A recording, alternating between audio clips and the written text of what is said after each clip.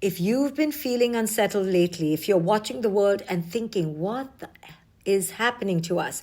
You are not alone. You see, we are in a collective reckoning. This reckoning isn't just political or social. My friends, it is deeply personal. It is a reckoning with the one force that has ruled our humanity. It is the force of the ego. You have one, I have one. And guess what? Most of us were trained to build our ego. How? Because when we were young, who we truly were was simply never enough.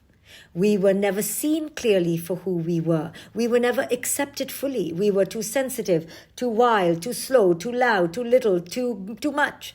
We were shamed for our needs, for our feelings, for our vulnerability, punished for our emotions, rewarded only when servile and in obedience. So, we quickly learned to adapt. We began to build a self that would buy us that love and validation. We began to wear masks that would win the love we craved. Somewhere along the way, we forgot our authentic self.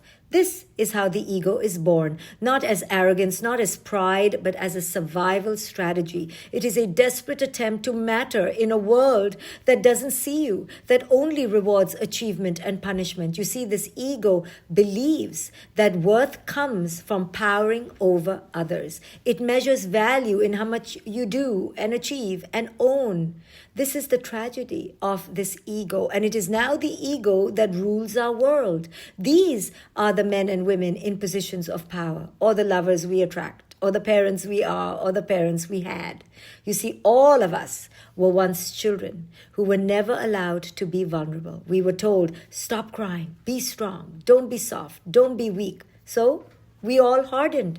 You see, we never learned how to truly feel. So now we don't feel. We don't feel not only our own pain, we don't feel the other's pain. They don't feel your pain. You see, they've covered it up with bravado and success and dominance and charm and control. It's a glossy veneer on top of a gaping wound.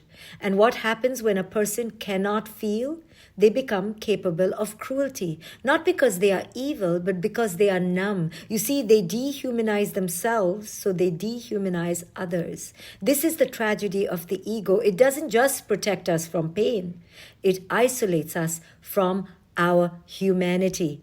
Now, here's the most important part. We were all raised in this illusion. We've all inherited to some degree or the other these systems of oppression.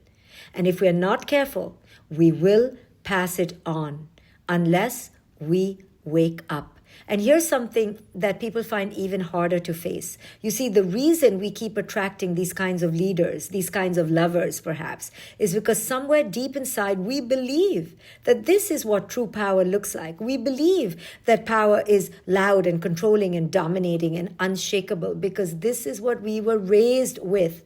You see, most of us were raised by parents who equated love with control and respect with fear.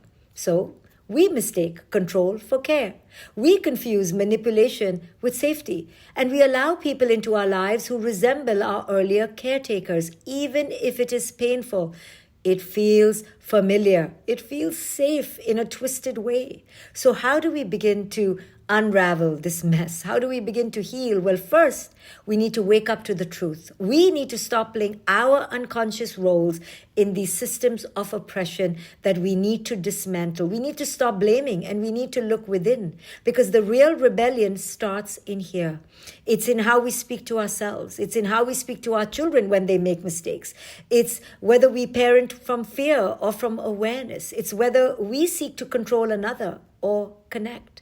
You see, if you want to be part of raising generations that don't follow corrupt leaders or lovers, then we need to raise our children differently. We need to teach our children that true power is not something they take, but it is something they share.